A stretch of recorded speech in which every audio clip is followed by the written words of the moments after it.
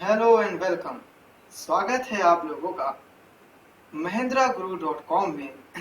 आज महिंद्रा गुरु आपके लिए लेकर आया है एक बहुत ही इम्पोर्टेंट और महत्वपूर्ण वीडियो जो कि टिप्स और ट्रिक्स पर आधारित है, जिसमें आज का सब्जेक्ट जो चूज किया गया है टॉपिक डिस्कस करने को वो है voice, active and passive voice.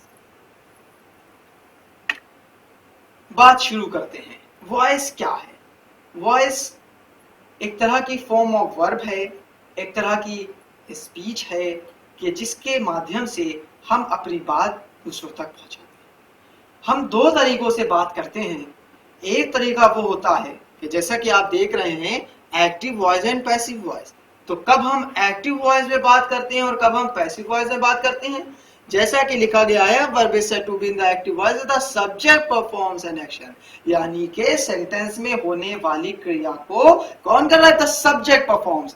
जब सब्जेक्ट ही उस एक्शन को कर रहा होता है तो उसे हम एक्टिव वॉइस कहते हैं। लेकिन जब किया गया एक्शन उस सब्जेक्ट पर हो, यानी वो खुद कुछ नहीं कर रहा है सब्जेक्ट, बल्कि जो क्रिया हो रही है उसका असर उस पे पड़ रहा है, ऐसी स्टेटमेंट को हम पैसिव वॉइस स्टेटमेंट कहते हैं। और एग्जामिनेशन में इसका बहुत ही इंपॉर्टेंट रोल है। और एक्टिव से पैसिव वॉइस और पैसिव वॉइस से एक्टिव वॉइस बनाने के लिए एग्जामिनेशन में अच्छे मार्क्स पर पूछा जाता है।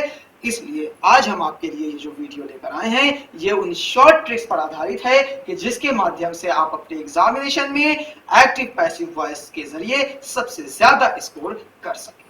तो चलिए अब हम डिस्कस करते हैं इनके रूल्स पर। जैसा कि आप देख रहे हैं आपके सामने सबसे पहले दो उदाहरण दिए गए हैं। पहला एग्जाम्पल कहता है राम हेल्प्स हरि, दूसरा एग्जाम्पल कहता है Ram is helped bye Ram. Ram helps Hari, Hari is helped bye Ram. पहला एग्जाम्पल राम हेल्प्स हरि है। आप देखिए यहां पर पहले वाले एग्जाम्पल में राम है जो कुछ काम कर रहा है, और दूसरे वाले एग्जाम्पल में हरि है कि जिस पर कोई काम किया गया है। यहाँ पर बोला गया कि राम हेल्प्स हरि, राम हरि की मदद करता है। और दूसरे स्टेटमेंट में कहा जा रहा है कि हरि की मदद की जाती, हरि खुद कुछ नहीं कर रहा है। यहां पर ये जो सब्जेक्ट है ये इस एक्शन को कर रहा है, लेकिन यहां पर ये जो सब्जेक्ट है ये खुद कुछ नहीं कर रहा है, बल्कि जो एक्शन किया जा रहा है ये उसको भोग रहा है, ये उसके अनुसार ही सेंटेंस में इस्तेमाल हो रहा है। Hari is helped bye Ram, Hari की मदद की गई है राम के। तो इस वजह से ये आपके सामने स्ट्रक्चर है। नेक्स्ट आ जाते हैं, यही दूसरे सेंटेंस से बताया गया है। In the sentence to the form of the verb shows that something is done to the person denoted by the subject, यानी यहाँ पर जो सब्जेक्ट के तौर पर इस्तेमाल हुआ है ये खुद कुछ नहीं कर रहा है, बल्कि सेंटेंस में होने वाले एक्शन का असर जो है वो इस पर दिखाया जा रहा है, और यही आपका पैसिव वॉइस है। ये देखिए something is done to Hari, Hari के लिए ही कुछ किया गया है। So the verb is said to be in the, इसलिए इस शब्द को इस तरह के वर्ब को हम पैसिव वॉइस में कहते हैं। आगे बढ़ जाते हैं। अब आ जाते हैं हम उन रूल्स पर कि जिस रूल के माध्यम से या जिन रूल्स के माध्यम से हम अपने दिए हुए एक्टिव वॉइस के स्टेटमेंट को पैसिव वॉइस में बदलते हैं। यहाँ पर सबसे इंपॉर्टेंट, सबसे महत्वपूर्ण तरीके से जो बात कही गई है वो आपके सामने है।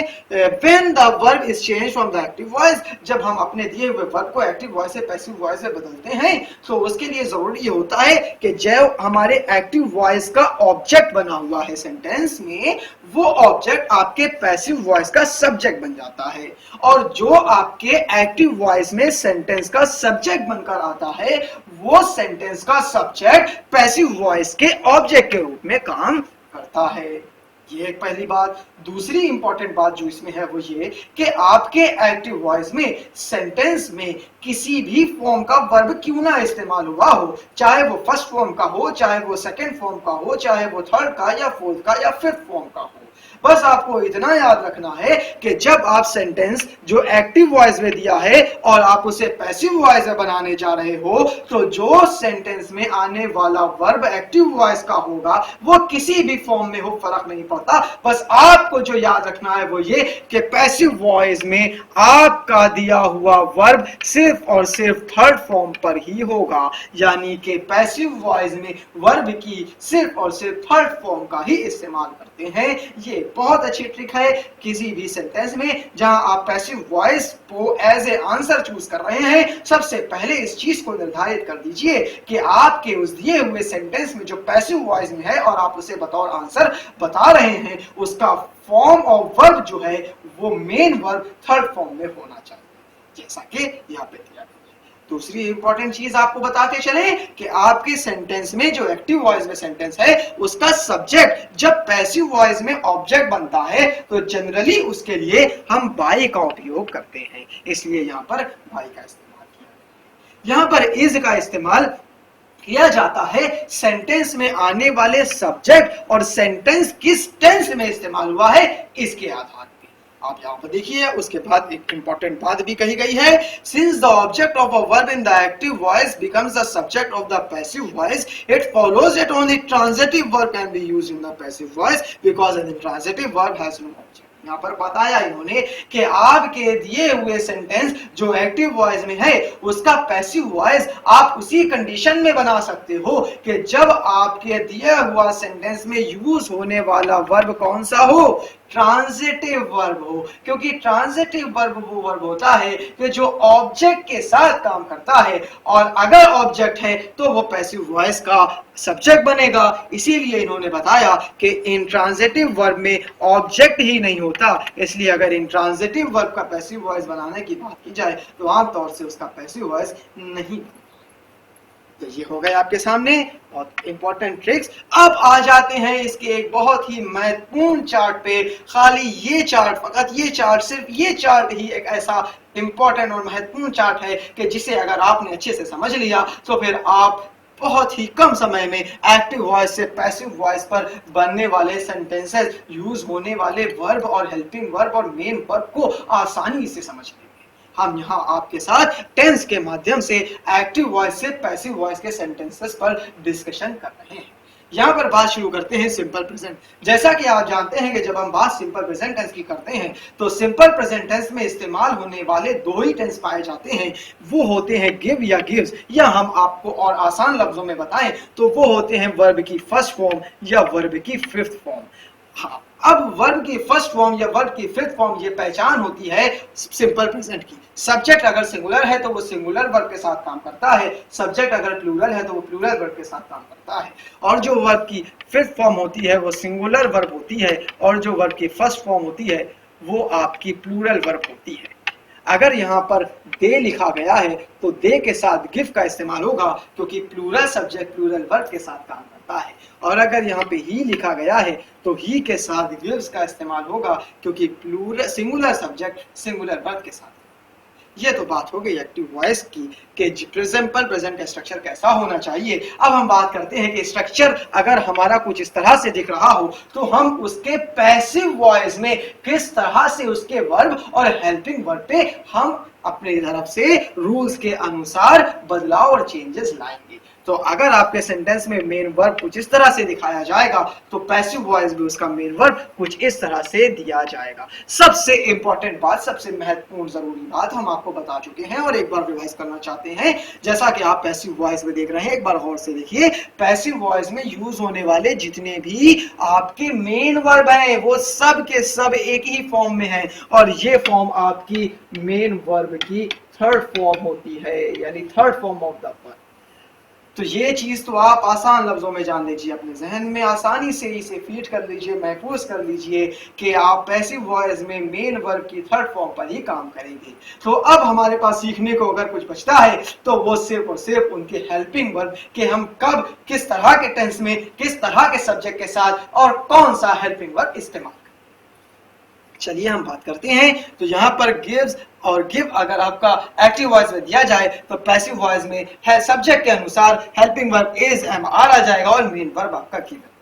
बात करते हैं प्रेजेंट कॉन्टिन्यूअस की। कॉन्टिन्यूअस का मतलब ही वो होता है कि जिसमें हम आईएनजी फॉर्म का इस्तेमाल करते हैं, इसीलिए देखिए यहाँ पर आईएनजी फॉर्म दी गई है, सब्जेक्ट के अनुसार हेल्पिंग वर्ब का इस्तेमाल किया गया है, एम इज आर। अब जब हम इसका पैसिव वॉइस बनाते हैं तो इसके पैसिव वॉइस में आप जैसा कि देख रहे हैं आईएनजी फॉर्म यूज नहीं हो रही है बल्कि थर्ड फॉर्म यूज हो रही है, क्योंकि पैसिव वॉइस में थर्ड फॉर्म का इस्तेमाल करते हैं। हेल्पिंग वर्ब यहाँ पर जो इज एम आर का इस्तेमाल हुआ है वही helping verb is am are का इस्तेमाल यहाँ भी हो रहा है, लेकिन हेल्पिंग वर्ब का इस्तेमाल पैसिव वॉइस में, यही हेल्पिंग वर्ब का इस्तेमाल पहले भी हो चुका है। तो कहीं हमारा स्ट्रक्चर पैसिव वॉइस बनाते समय प्रेजेंट कॉन्टिन्यूअस का जिसका पैसिव बना रहे हैं, कहीं पैसिव वॉइस सिंपल प्रेजेंट का ना बन जाए, इसलिए इस फर्क को बचाए रखने के लिए यहाँ पर हम बीइंग का इस्तेमाल करते हैं।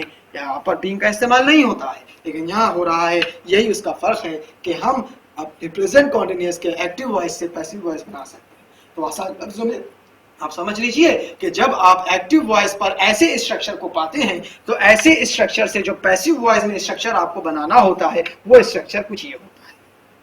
उसके बाद हम बात करते हैं प्रेजेंट परफेक्ट। प्रेजेंट परफेक्ट में वर्ब की थर्ड फॉर्म का इस्तेमाल होता है, तो इसे समझना और आसान है, क्योंकि इसमें एक्टिव वॉइस में भी थर्ड फॉर्म दी है और पैसिव वॉइस में तो हमें थर्ड फॉर्म का इस्तेमाल करना ही करना होता है, तो इसमें कोई दिक्कत की बात नहीं है। हाँ, यहाँ पर बात है प्रेजेंट परफेक्ट की। तो प्रेजेंट परफेक्ट के लिए हेल्पिंग वर्ब जो यूज होते हैं वो है आपके हैज और हैव। ये has have helping verb use होते हैं आपके प्रेजेंट परफेक्ट में, और जब बात पैसिव वॉइस की करते हैं तो यही हैज हैव, हैज बीन और हैव बीन में कन्वर्ट हो जाते हैं। अगर ये हैज बीन हैव बीन में कन्वर्ट ना हो और हैज ये और हैव ही रह जाए, तो एक्टिव से पैसिव का कोई फर्क समझ में नहीं आएगा। तो सीधे लफ्जों में आप समझ लीजिए कि अगर आपको सेंटेंस में इस तरह के स्ट्रक्चर एक्टिव वॉइस में दिख रहे होंगे, तो आपके पैसिव वॉइस में स्ट्रक्चर वर्ब और मेन, हेल्पिंग वर्ब और मेन वर्ब का कुछ इस तरह से बनाया जाए।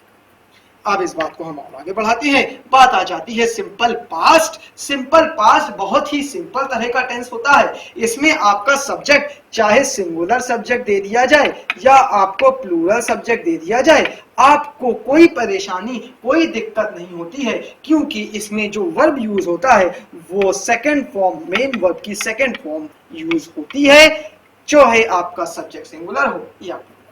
हाँ, अब हम जब इसका पैसिव वॉइस बनाते हैं, तो पैसिव वॉइस में मेन वर्ब की थर्ड फॉर्म का इस्तेमाल करना है। आप बार बार सुन रहे हैं और बार बार आप जानते हैं और आप सीखते हुए पढ़ते हैं। लेकिन यहाँ पे हेल्पिंग वर्ब आपके सिंपल पास्ट के एक्टिव में यूज नहीं हुई है। तो अब सवाल ये उठता है कि जब हमारे पास यहाँ पर हेल्पिंग वर्ब यूज नहीं हुई है, जैसा कि आप देख रहे हैं कि सिंपल प्रेजेंट में भी हेल्पिंग वर्ब यूज नहीं हुई थी, तो फिर हम हेल्पिंग वर्ब के तौर पर कौन से शब्दों का चुनाव करें? तो भाई इस फर्क को बताने के लिए आपके सामने रूल मौजूद है कि यहाँ पे हेल्पिंग वर्ब के तौर पर वॉज और वर का इस्तेमाल होता है। सर इज एमआर का क्यों ना करें? इसलिए क्योंकि अगर हम इज एमआर का करेंगे तो फिर वो तो सिंपल प्रेजेंट का पैसिव वॉइस बन जाएगा। हम इस बात का कैसे फर्क करें कि हमारे पास जो पैसिव वॉइस बन रहा है वो हमारा सिंपल पास्ट का बन रहा है, इसलिए चूंकि वो प्रेजेंट में था इसलिए प्रेजेंट की हेल्पिंग वर्ब इज एमआर का इस्तेमाल किया गया। चूंकि ये सिंपल पास्ट में है इसलिए सिंपल पास्ट की हेल्पिंग वर्ब वॉज और वर का इस्तेमाल। इसके बाद बात को हम आगे बढ़ाते हैं, पास्ट कॉन्टिन्यूअस पे आ जाते हैं। चूंकि प्रेजेंट कॉन्टिन्यूअस आप पढ़ चुके हैं, तो पास्ट कॉन्टिन्यूअस को समझने में कोई भी दिक्कत आपको नहीं होगी। बस फर्क जो है वो उसके हेल्पिंग वर्ब का है। प्रेजेंट कॉन्टिन्यूअस में हेल्पिंग वर्ब इज एमआर आ रहे थे, यहाँ पे हेल्पिंग वर्ब वॉज और वर का यूज होगा। सब्जेक्ट अगर सिंगुलर है तो वॉज का इस्तेमाल करेंगे, सब्जेक्ट अगर प्लूरल है तो वर का इस्तेमाल करेंगे। जब प्रेजेंट कॉन्टिन्यूअस के पैसिव वॉइस पर हमने बात की तो हेल्पिंग वर्ब हमारे वही इज एमआर रहे, लेकिन मेन वर्ब और इन हेल्पिंग वर्ब को जोड़ने के लिए जिस शब्द का चुनाव किया गया वो शब्द आपका बीइंग था। अब आप यहाँ पर गौर कीजिए, जब हमने बात पास्ट कॉन्टिन्यूअस की करना शुरू की और जब इसके पैसिव वॉइस पर हम आए, तो यहाँ पर भी हमने अपने उन्हीं हेल्पिंग वर्ब का इस्तेमाल किया जो एक्टिव वॉइस में दिए हुए थे, और मेन वर्ब की थर्ड फॉर्म के साथ इसे जोड़ने के लिए उसी शब्द का इस्तेमाल किया जो आपके प्रेजेंट कॉन्टिन्यूअस में इस्तेमाल हुए, यानी के बीइंग।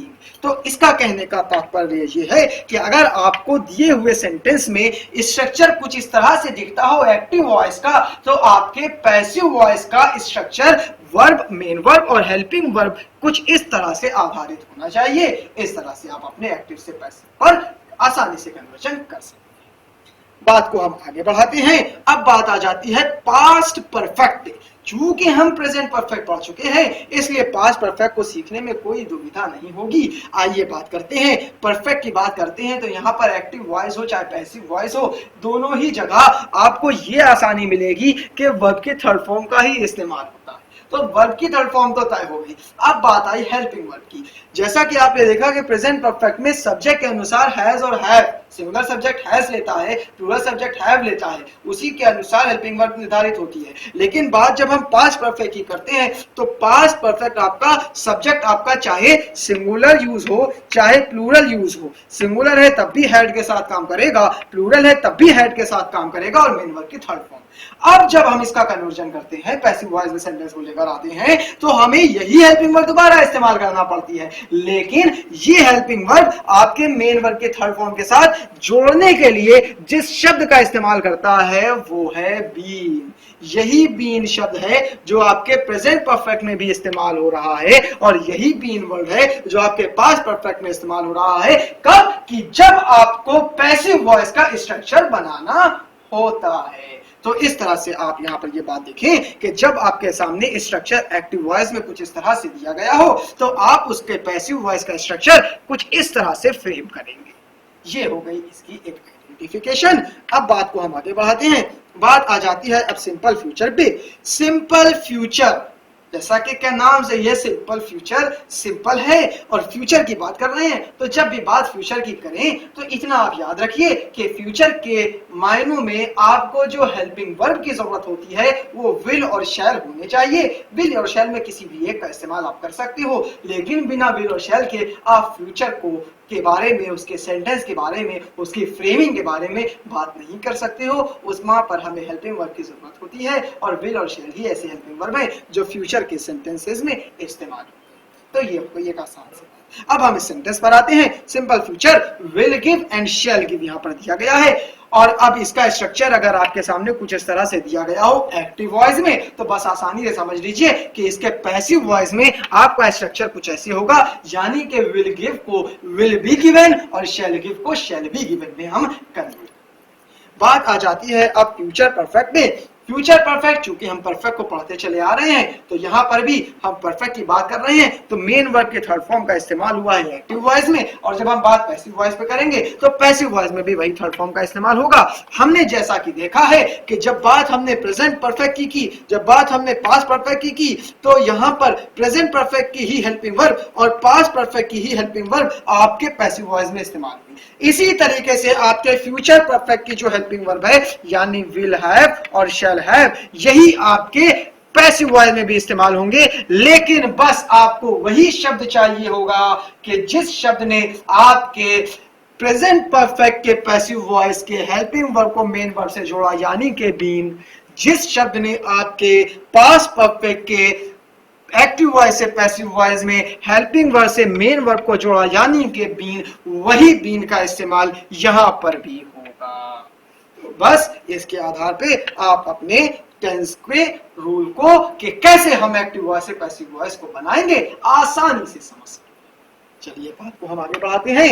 बस जरूरी आपके लिए ये है कि ना तो सिर्फ आप ये वीडियो देखें बल्कि इस वीडियो में दिए गए जितने भी इंपॉर्टेंट रूल्स और शॉर्ट वे में जितना भी डिस्कशन हो रहा है आप उसे बहुत अच्छे से सीखें और अपने जहन, अपने मस्तिष्क में अच्छे से उसे बैठा लें और उस पर खूब प्रैक्टिस करें, क्योंकि आपकी प्रैक्टिस ही है जो एग्जामिनेशन में आपको कामयाबी दिलाएगी। और ये एक ऐसा इंपॉर्टेंट सेक्शन है वॉइस जो आपके एग्जामिनेशन में महत्वपूर्ण सेक्शन है। जी हाँ, आपके एसएससी एग्जामिनेशन में बहुत ही ज्यादा मार्क्स तक पूछा जाने वाला सेक्शन है। प्री में भी पूछा जाता है, मेन में भी पूछा जाता है, मेन में तो 20 से 30 नंबर में पूछा जाता है, यानी कि एक अच्छा खासा स्कोर आप इस वॉइस के माध्यम से अपने मेन और प्री एग्जामिनेशन में कर सकते हैं। और ना तो सिर्फ ये बल्कि पूरी ग्रामर का अच्छा खासा हिस्सा, टेंस का अच्छा खासा हिस्सा वॉइस पे आधारित है जो आपके ग्रामर को मजबूत करता है। इसलिए वॉइस हर हाल में आपके लिए सीखना और जानना जरूरी।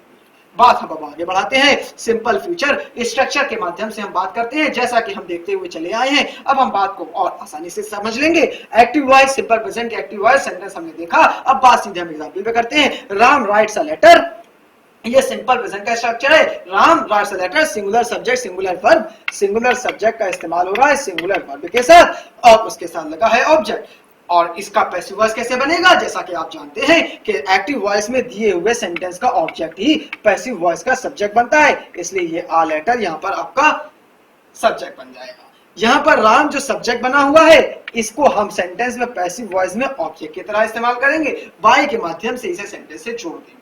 सेंटेंस में एक्टिव वॉइस में आप देख के ही आए हैं कि वहां राइट्स लिखा हो, कि भाई राइट्स लिखा हो तो पैसिव वॉइस में इज रिटन लिखना है, बस आसान लफ्जों में आपने ये चीज देख ली। अब यानी कि आपके सेंटेंस में एक्टिव वॉइस में इस तरह का सेंटेंस दिया जाए और पैसिव वॉइस में कई सारे ऑप्शंस दिए गए हों, तो आपको सिर्फ और सिर्फ इस तरह के हेल्पिंग वर्ब और मेन वर्ब के स्ट्रक्चर के अनुसार ही अपने आंसर का चुनाव करना है। अब यहाँ पर इज, एम, आर वो आपके दिए हुए सब्जेक्ट जो आपके एक्टिव वॉइस का ऑब्जेक्ट है उसके अनुसार निर्धारित।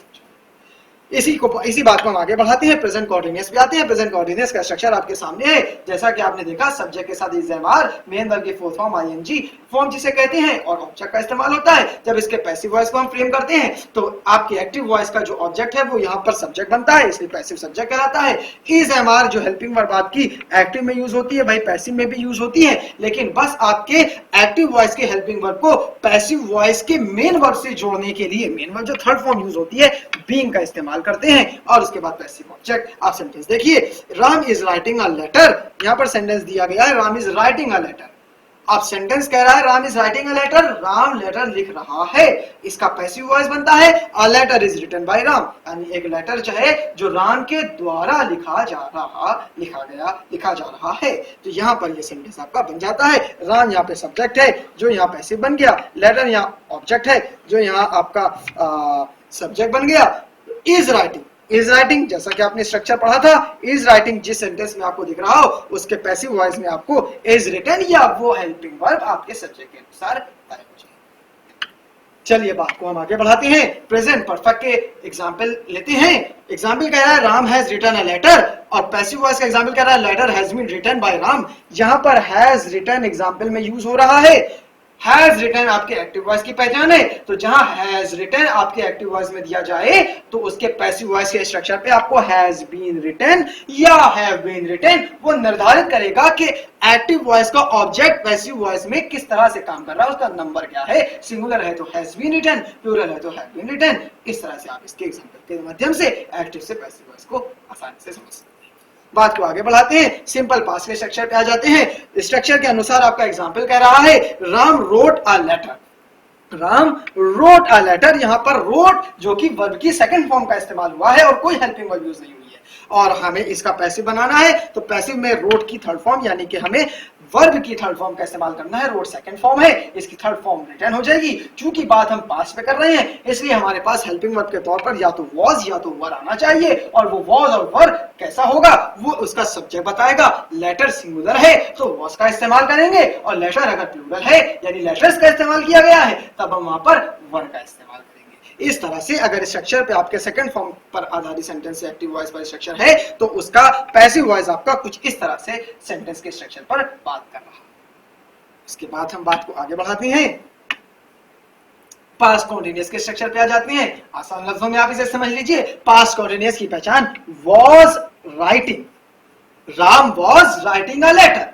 यहां पर आपके सेंटेंस में वॉज राइटिंग ही है जो एक्टिव वॉइस की पहचान है और जब स्ट्रक्चर में आपके वॉज राइटिंग दिखे तो अभी हमने क्या चीज डिस्कस की है कि अगर वॉज राइटिंग दिख रहा हो तो उसके पैसिव वॉइस का स्ट्रक्चर वॉज बीइंग रिटन या फिर वर बीइंग रिटन होना चाहिए, वो निर्धारित करेगा सब्जेक्ट कैसा आ रहा है। तो यहां पर Ram was writing a letter, passive voice क्या हो जाएगा, a letter was being written bye.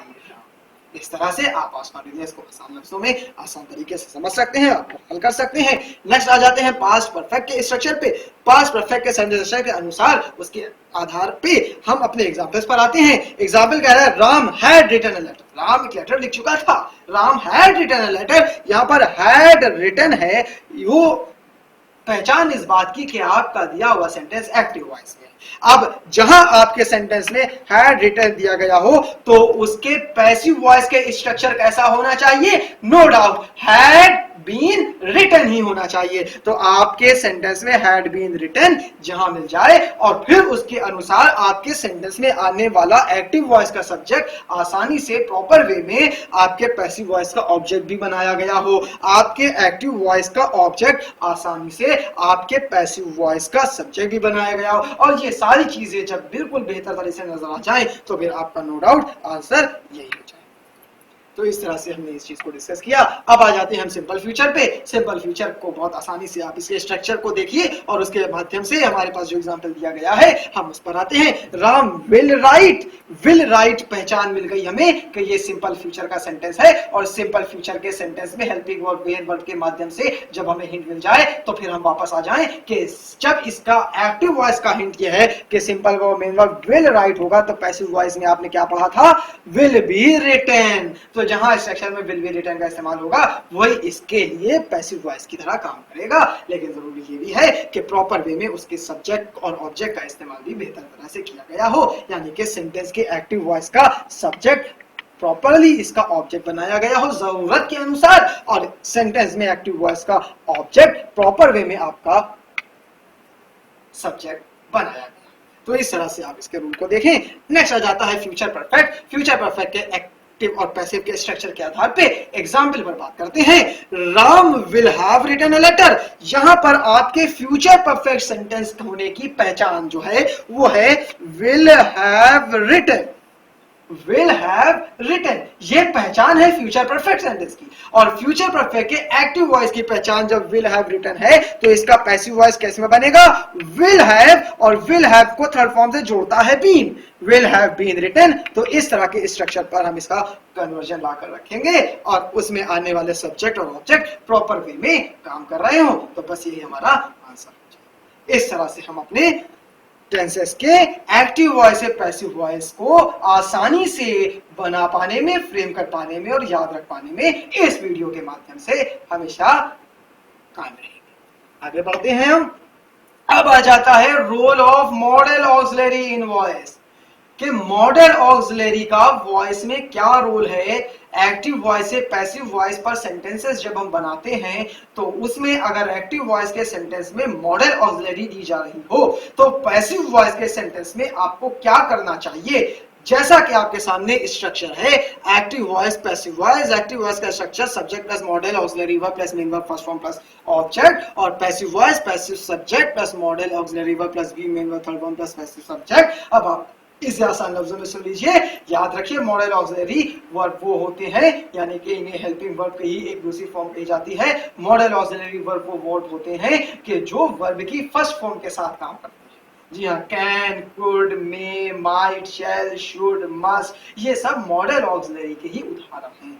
अब याद रखिए सेंटेंस में जब भी कभी मॉडल ऑक्सिलरी जैसा कि दी गई है कैन, शुड, और इसके बाद वर्ब की फर्स्ट फॉर्म का इस्तेमाल किया जा रहा हो जैसा कि किया गया है, कैन राइट, शुड राइट, इसका मतलब यह है कि आपका दिया हुआ यह सेंटेंस एक्टिव वॉइस में दिया गया है। ये स्ट्रक्चर है एक्टिव वॉइस का, क्योंकि एक्टिव वॉइस में मॉडल के बाद वर्ब की फर्स्ट फॉर्म आती है। और जब भी आपको कभी एक्टिव वॉइस से जिसमें मॉडल पर सेंटेंस आधारित हो उस सेंटेंस को पैसिव वॉइस में बनाना हो तो उस मॉडल के फौरन बाद आपको बी शब्द का इस्तेमाल करना है। इसका मतलब यह है कि अगर कैन से बने हुए सेंटेंस को हम पैसिव वॉइस में बनाना चाहते हैं तो उसे कैन भी करना होगा। शुड से बने हुए सेंटेंस को अगर हम पैसिव वॉइस में बनाना चाहते हैं तो उसे हमें शुड भी करना होगा। इसी तरह से मे को मे बी, मस्ट को मस्ट बी, विल को विल बी, यानी कि मॉडल को पैसिव वॉइस बनाने के लिए उस मॉडल में बी लगाना होता है।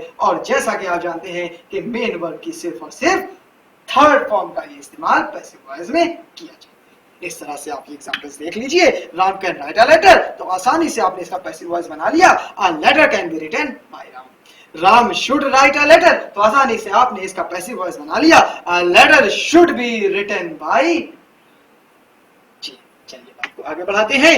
अब हम आ जाते हैं passive voice sentences are not framed of the following tense. जी हाँ, आपने जब हमारे साथ चार्ट डिस्कस किया था तो उसमें आपने देखे थे कि ये वो टेंसेस हैं जिस पर कोई बात नहीं की गई थी कि इसके एक्टिव को हम पैसिव में कैसे बनाएं। वो इसलिए क्योंकि मॉडर्न इंग्लिश में, आधुनिक इंग्लिश में ये वो सेंटेंसेस हैं जो एक्टिव वॉइस में तो काम करते हैं लेकिन इनके पैसिव वॉइस नहीं बनाए जाते हैं। इनके पैसिव वॉइस बनाना एक त्रुटि, एक एरर माना जाता है। अब सेंटेंस देखिए, आप स्ट्रक्चर देखिए किस पर आधारित है। प्रेजेंट परफेक्ट कॉन्टिन्यूअस, इसका कोई पैसिव नहीं बनता। पास्ट परफेक्ट कॉन्टिन्यूअस, इसका भी कोई पैसिव नहीं बनता।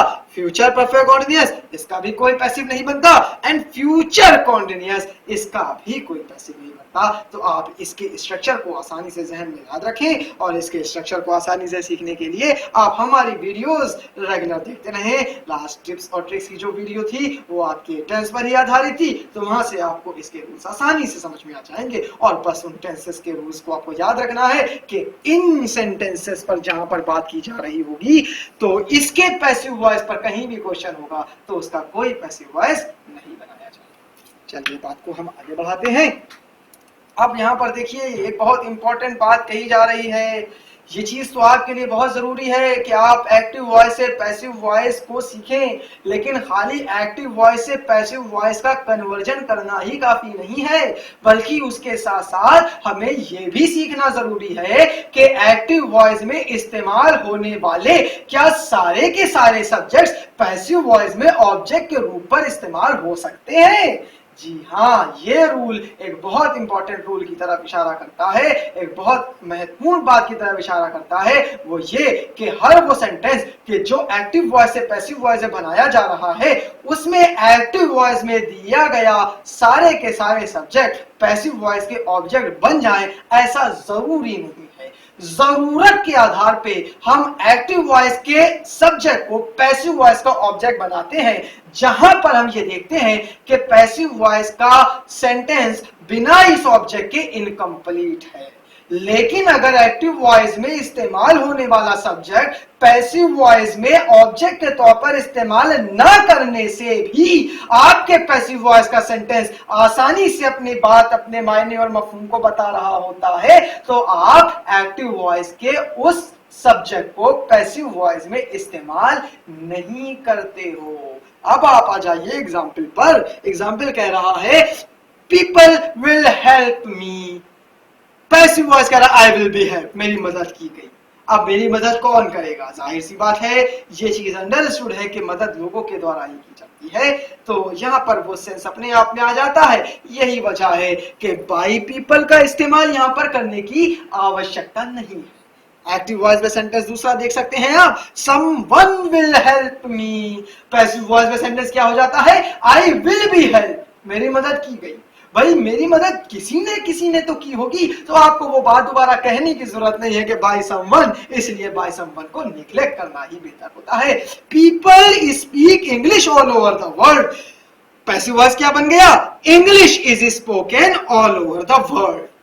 यहां पर पीपल सब्जेक्ट तो आया देखिए, लेकिन यहां पैसिव वॉइस में कह रहे हैं बाय पीपल लिखने की जरूरत नहीं है। क्यों जरूरत नहीं है भाई? इसलिए क्योंकि सेंटेंस बिना बाय पीपल के भी अपने आप में सारे मायने और मफहूम और मीनिंग को लेकर चल रहा है। यहां पर सेंटेंस फुल स्टॉप वर्ड पर लग जाने पर सेंटेंस इनकम्प्लीट नहीं है। English is spoken all over the world, पूरी दुनिया में, पूरी जहान में इंग्लिश बोली जाती है, तो आसानी से ये बात समझ में आ रही है कि बोलेगा कौन? भाई लोग ही हैं जो लैंग्वेज बोलते हैं, इसलिए आपको बाय पीपल लिखने की जरूरत नहीं।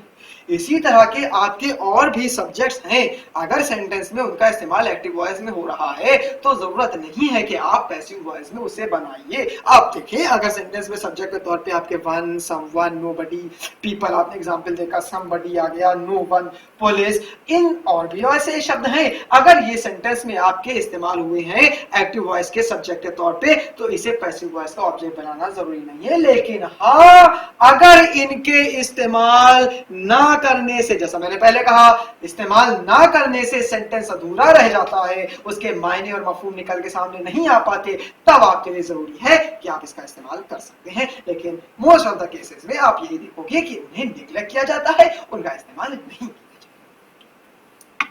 बात को अब हम आगे बढ़ाते हैं। अब बात आ जाती है एक और महत्वपूर्ण रूल की तरफ कि जब आपका सेंटेंस कुछ इस तरह से दिया गया हो कि जिसमें ऑब्जेक्ट के तौर पे एक नहीं, एक से ज्यादा ऑब्जेक्ट दिए गए हो, यानी कि डायरेक्ट ऑब्जेक्ट और इनडायरेक्ट ऑब्जेक्ट दोनों ही दिए गए। देखिए जैसा कि कह रहे हैं, when verbs take both a direct and indirect object in the active voice are changed to the passive voice, either object may become the subject of the passive voice while the other is retained। यानी अगर sentence में आपके direct object और indirect object दिया गया है और sentence आपका एक्टिव वॉइस में है, तो ग्रामर आपसे ये कहती है कि आप अपने पैसिव वॉइस के सेंटेंस को इनडायरेक्ट ऑब्जेक्ट को भी अपने पैसिव वॉइस का सब्जेक्ट बनाकर इस्तेमाल कर सकते हो और अपने डायरेक्ट ऑब्जेक्ट को भी पैसिव वॉइस का सब्जेक्ट बनाकर इस्तेमाल कर सकते हो। सेंटेंस देख लीजिए, the teacher will give you a pen. The teacher will give you, you है आपका इनडायरेक्ट ऑब्जेक्ट, या क्या, अ पेन वो है आपका डायरेक्ट ऑब्जेक्ट। यहां पर सेंटेंस में इनडायरेक्ट और डायरेक्ट दोनों ऑब्जेक्ट दिए हैं और पैसिव वॉइस में सेंटेंस कैसे बना? पहला एग्जांपल क्या कह रहा है? A pen will be given to you by the teacher. यहां पहले एग्जांपल में आपके डायरेक्ट ऑब्जेक्ट को यहां पे सब्जेक्ट बनाया गया और दूसरे एग्जांपल में you will be given a pen by the teacher. दूसरे एग्जांपल में आपके इनडायरेक्ट ऑब्जेक्ट यानी कि यू को, यानी कि आपके इनडायरेक्ट ऑब्जेक्ट को सब्जेक्ट बनाया गया है। दोनों ही तरह से सेंटेंस बन जाते हैं, लेकिन क्या हम अपने एग्जामिनेशन में दोनों पे ही सेंटेंस बना के आ जाए या दोनों ही ऑप्शन आ जाए? तो इस बात को समझने के लिए आप जरा सा गौर कर लीजिए। यहाँ पर रूल बता रहा है an indirect object represents a person. जैसा कि हमने देखा कि इनडायरेक्ट ऑब्जेक्ट जो होता है वो पर्सन को रिप्रेजेंट करता है, यू, वी, हिम, देम, ठीक है, और for whom something is given और done, while direct object usually represents a thing. और डायरेक्ट ऑब्जेक्ट जो होता है, देखिए यहाँ पर पेन की बात हो रही है, तो डायरेक्ट ऑब्जेक्ट जो होता है वो थिंग को रिप्रेजेंट करता है। अब यहां पर सबसे इंपॉर्टेंट लाइन आपके सामने है, it is probably more usual for passive constructions to begin with the person. यहां पर देखिए, यहां पर पर्सन से सेंटेंस बनाया गया, यहां पर थिंग से बनाया गया। ग्रामर आपसे ये कह रही है कि ऐसे सेंटेंसेस में आपके लिए लाख बेहतर चीज ये है कि आप अपने सेंटेंस में सब्जेक्ट के तौर पे पर्सन का इस्तेमाल करें, यानी कि इनडायरेक्ट ऑब्जेक्ट को ही उस पे आधार के रूप में सब्जेक्ट के तौर पर इस्तेमाल। तो इस तरह से आपने ये चीज देखी। अब हम बात को आगे बढ़ाते हैं। अब हम आ जाते हैं एक ऐसे टेंस पर, एक ऐसे सेंटेंस पर कि जिसमें हम ये देखेंगे कि उसका कन्वर्जन पैसिव वॉइस में कैसे करें, और वो आपके किसी भी टेंस में हो सकता है, लेकिन वो सेंटेंस आपका इंट्रोगेटिव सेंटेंस। इंट्रोगेटिव सेंटेंस आपका प्रेजेंट में होगा, पास्ट में होगा, फ्यूचर में होगा, किसी में भी हो सकता है। लेकिन बात यह है कि अगर हमारे सेंटेंस में दिया गया एक्टिव वॉइस में जो सेंटेंस आया है, जो स्टेटमेंट है, जो सेंटेंस है, वो इंट्रोगेटिव सेंटेंस है, तो उसको हम पैसिव वॉइस से कैसे बनाएं? तो उसको पैसिव वॉइस बनाने के लिए आपके सामने कुछ स्टेप्स हैं। आप इन स्टेप्स को अच्छे से समझें और इन्हें अपने जहन में, अपने मस्तिष्क में बैठा लीजिए, तो आप कभी भी अपने उस स्टेटमेंट में, उस सेंटेंस में जो आपका इंट्रोगेटिव सेंटेंस है, उसका पैसिव वॉइस बनाने में आप कभी गलती नहीं करेंगे। चलिए, अब स्टेप क्या है आप देखिए। आपका सेंटेंस क्या है? सेंटेंस है, why are you revising your lesson. यहां पर सेंटेंस आपका इंट्रोगेटिव सेंटेंस है। इंट्रोगेटिव सेंटेंस अगर आपका WH वाले वर्ड पर आधारित है, तो सबसे पहले आप उस WH वाले वर्ड को निकाल के बाहर रख दीजिए। अब आपके पास बचा क्या?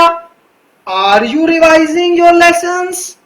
अब आपके पास are you revising your lessons, जिसे कहते हैं क्लोज एंडेड क्वेश्चन, जिसका उत्तर, जिसका आंसर यस और नो में मिलता है, उसे क्लोज एंडेड क्वेश्चन कहते हैं।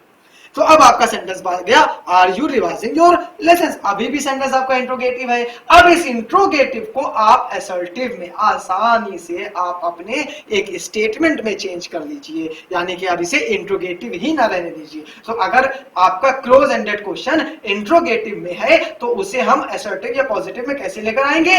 उसके हेल्पिंग वर्ड को उसके दिए हुए सब्जेक्ट के बाद इस्तेमाल करके। इस आर को आप यहां पर ले आइए, यू के बाद You are, बस आपका सेंटेंस आपका असर्टिव में चेंज हो गया। तो this is the step, second step, you are revising your lesson.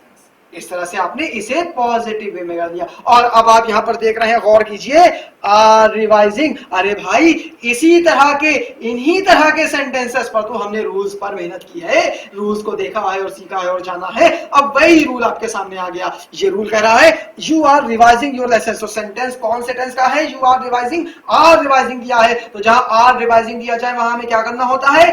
Are helping verb का इस्तेमाल करेंगे और पैसिव वॉइस में सब्जेक्ट की थर्ड फॉर्म यानी रिवाइजिंग का रिवाइज्ड कर देंगे, लेकिन आईएनजी यूज हुआ है इसलिए हम बीइंग का यूज करेंगे। तो कंस्ट्रक्शन क्या हो जाएगा आपका पैसिव वॉइस में? आपके एक्टिव वॉइस का सब ऑब्जेक्ट योर लेसन्स सब्जेक्ट बना, योर लेसन्स। आर रिवाइजिंग को हमने चेंज किया आर बीइंग रिवाइज्ड में, क्योंकि थर्ड फॉर्म यूज होना ही होना है, और यहां पर सब्जेक्ट यू था तो यहां पर बाय यू का इस्तेमाल हो गया। इस तरह से आपका स्टेप नंबर 2 से स्टेप नंबर 3 डायरेक्ट हमने इसको आपके पैसिव वॉइस में कन्वर्ट कर दिया। तो क्या ये हमारा आंसर है? जी नहीं, ये हमारे इस सेंटेंस का पैसिव वॉइस नहीं है, बल्कि हमने तो इन स्टेप्स के माध्यम से इसका पैसिव वॉइस ढूंढना की कोशिश की है। तो ये तो पैसिव वॉइस इसका हुआ। अब जैसे कि हमने अपने इंट्रोगेटिव स्टेटमेंट को असर्टिव में बनाया था और उसके बाद उसको हमने एक्टिव से पैसिव में बना दिया, अब हम उसी तरह से उस पैसिव में बने हुए स्टेटमेंट को